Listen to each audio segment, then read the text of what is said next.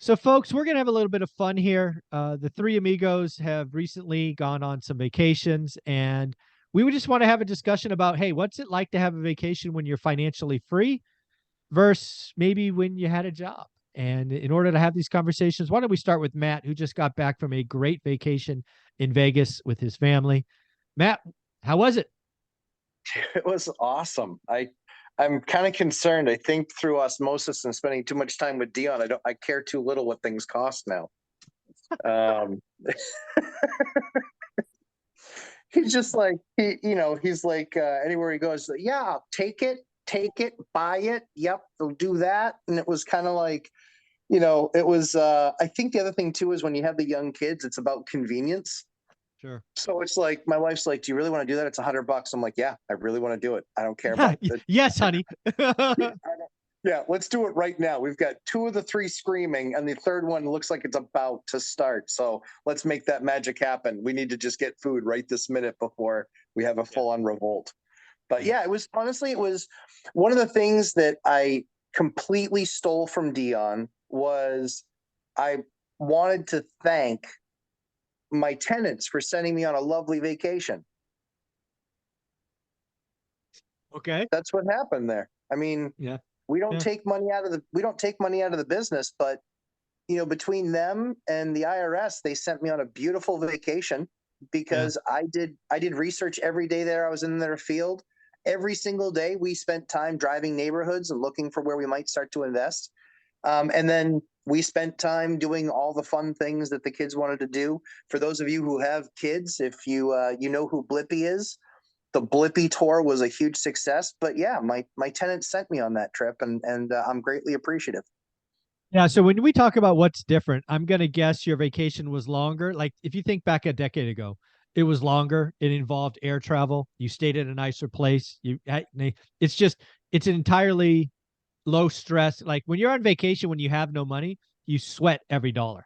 At least I did. Yeah, I remember my first vacation with Ashley. We saved up for over a year, and Oh, wow. we had a budget of $1,000, and that was really difficult to do a vacation for 4 days on $1,000. But I this 13 days is the longest time I've had off of work since I was 18.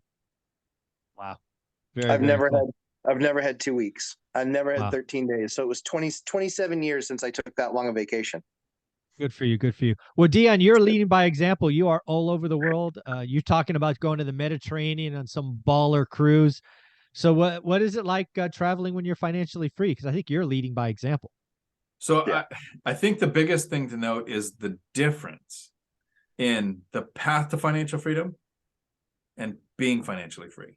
Hmm. I was a single parent with 3 kids, right? It's just me and the kids raising them. So we didn't do the Disneyland, we didn't do Hawaii, we didn't do a lot of things when kids were younger.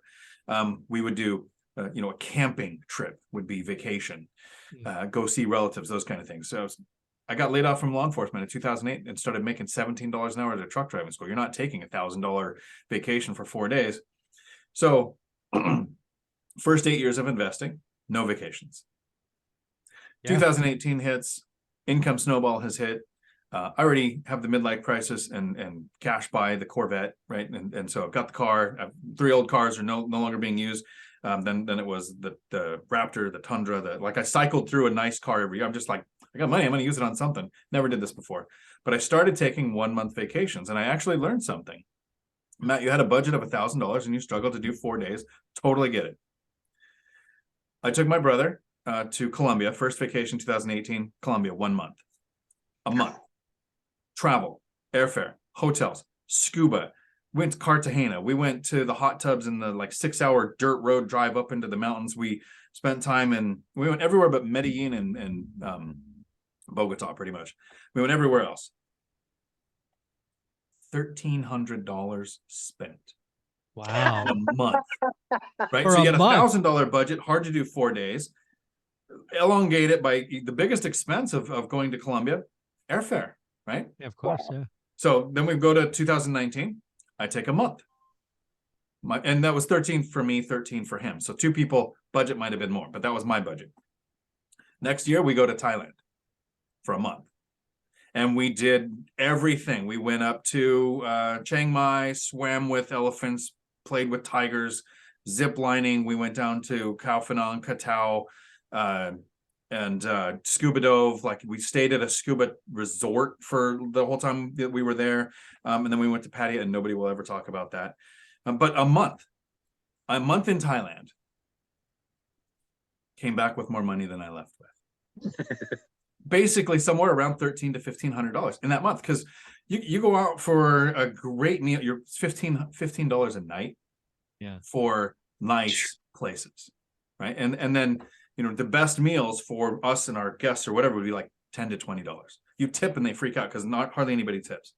So I learned that if you take a longer vacation to the right place, your money goes a lot farther. 2020 happens, no vacation, nobody goes anywhere.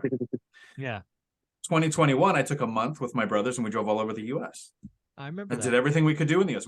I knew that there's a lot of caves in the US I didn't know existed, like 400 miles of underground traversable land in the Mammoth Caves and all of these other places. So we saw all kinds of, from the Marine Corps, I'd been to more countries than I'd been to states. So I finally kind of fixed that, balanced the scales. Came back from that after doing everything in an expensive country, right? The United States is not cheap. And there was 3 brothers, and one of us is a miser, so we kind of rotated who was paying. So we had some cheap days, but that was lined up, right? I came back with more money than I left with. It's like I keep wanting to take. I just took this trip to Vegas. I did Ka Awakening. We stayed at the Aria. I came back with more money than I left, and now I didn't gamble. Right? And throw all the money at a table. Yeah, that's what FI is like. You take a vacation. Now, maybe when I take this Mediterranean cruise, right? So I took the Alaska cruise. I came back with more money than I spent. And I did every excursion. I did all that kind of stuff. But the Mediterranean one, I'm thinking I'm finally going to find something I could do where I might spend. Oh, it's not even close. I'm going to come back from that with more money than I go with. Yeah, not much. Like $5,000, which it's ridiculous to say that's not much. But yeah. It's so first off, Mediterranean cruise, Olivia and I have done probably almost 20 of them. It's our favorite cruise to date. It's the one you got to do. Definitely get a balcony. Don't cheap out. So that, no, we got the balcony. We're booking today. I've learned a couple different things of, you know, do you go to the website? Because I'm going to price compare, and then you go to a broker or, you know, travel agent or whatever you want to call them, and then find the best routes and time of year and places to go. And if I could go back to 2010 and just have this conversation with myself, I couldn't comprehend what you're about to thought do, process change of how do I spend. It's not should I spend money, could I spend money? It's literally I'm looking for how. I went out with Matt and I in Vegas, and I think it was the first trip in Vegas because I go there. I used to work there 25 years ago, but I didn't look at price tags this time. I've never done that in Vegas because you can get got quick. And I didn't care. Yeah, it's true. That's awesome. Yeah. So again, kind of traveling while financially free is interesting for all of those things. I'll just throw a couple more things on there. One is you get to travel whenever you want, right? One of the things I remember very early on is there were travel seasons, right? Summer, holiday break, winter break, whatever you call that. And you had to squeeze it in. You know, that I will never travel during those times. That's like, I don't need to be around screaming kids. Also, you will frequently say, this is the longest vacation I've ever had, right? For me, at one time, it was that Mediterranean cruise, which was, I think we did 16 days. Then we did a 21-day. And now I'm going to be gone for a month here in a moment. Just cause. So it's fun. Go ahead, Dion. I was looking at a 120-day cruise. Like, I mean, seriously, like, wonder what that'd be like. Yeah, worldwide, 6 months, right? Yeah, it's a long time. Yeah, it's a long time. They're out there, 120, 180-day cruises. Yeah, it's and Matt, go ahead. I would come home with more money than I left with. Like, that's the crazy thing. You got to pay to sit with the captain or something. Yeah, captain's table. Exactly. Yeah, I think at the end of the day, kind of talking about this, it's fun to be here. But all of us for, at least a decade, like I didn't take a vacation for, 10 years. I mean, I may have done a 3-day weekend occasionally, Yeah. Yeah. but vacations were not like, I talk about Olivia and I cutting our wants and needs. A vacation was a want. It didn't happen. Right. It just didn't happen. And that's kind of why we thoroughly enjoy our vacations now and spend what probably most would consider unseemly amount of money. But yeah, it's what we did. We sacrificed for a long time and got to the other side. The first 3-4 years sucked for me. Again, it was 8 or 9 or 10 years before I had a meaningful vacation. So I just would leave people with, it's worth it. Create, like one of the things Olivia and I did that I found the piece of paper like a year ago. We each did top 5 places to visit when we had no money. And thankfully now on that list, we've hit 4. We're about to hit 5 and 6 on this next trip. So you could do some cool stuff, but just keep after it. It's a lot of fun. It's worth it. Matt, where can people find you? Lumberjack Landlord on YouTube and on Instagram. And there will be a bunch of stuff coming out from my Vegas trip, and so we expect that stuff to hit in the next couple of weeks. Awesome. And Dion, where can people find you? So the last thought, as you're reaching financial freedom and you start hearing us talk about taking vacations and the mental shift, is there were mental shifts along the way. Really quick. I remember the first time I went to a restaurant as a single parent with 3 kids, having gone to restaurants with my kids.